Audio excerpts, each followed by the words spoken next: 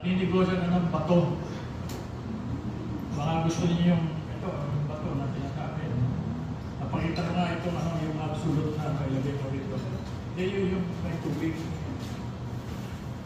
Siguro magtataka kayo bakit ito, public utilities, tubig pa rin ako. Pero this time, healthy water ang inaano natin.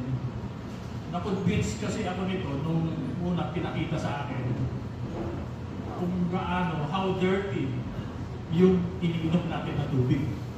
Maski na yung iniinom yun na yun yung nasa mineral water na tawag natin. Pag nilagyan niya na parang hindi nyo na kaya inumin. No?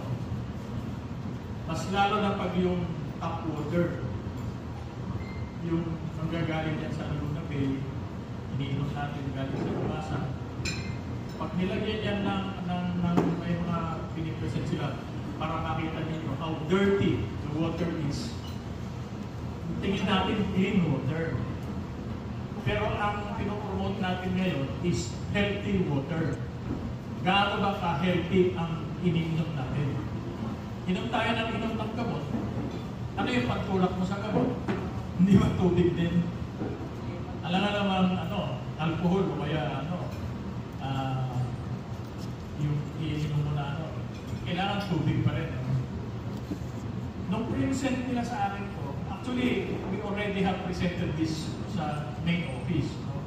At merong isang, siguro kilala niyo si Dolor. Si Dolor, di ba? Nakatungkod yun, no? Nakatungkod. Napansin niyo nung nag-retire siya? Napansin niyo nung nag-retire siya? Wala na siyang tungkod. Kasi, after na mag-present sila, kumuha sila nito, actually, 4 yata yung kumuha niya eh. Kay Dina eh, no? Inano natin. Na using this water at saka yung ito, kita niyo may bato sa ilalim. Yun yung alkaline. Ang tawag nila alcra. Mamaya papakita sa inyo ni Brad. Wala na palang tungkod, no? Nakita nila, no?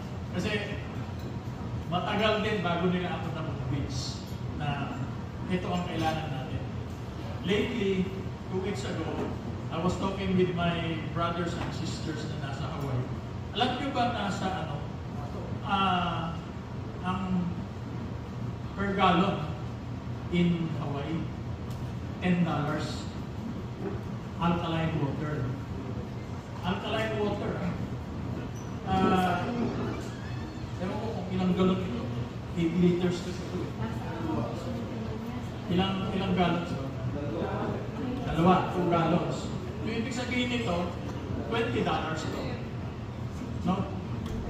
In the United States, sa Walmart.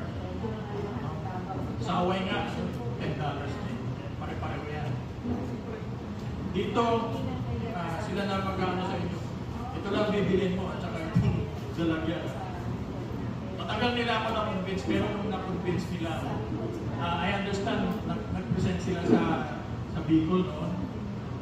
During your stint doon sa nung Director Bati doon sa Bicol, nagkaroon ng presentation.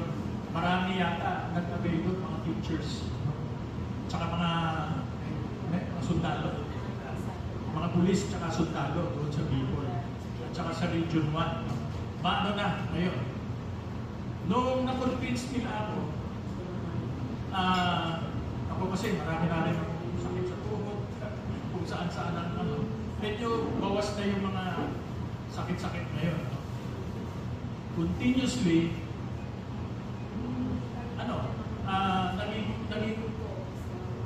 hindi na ako umiinom ng malamig na tubig. Ito na ngayon ang iniinom ko.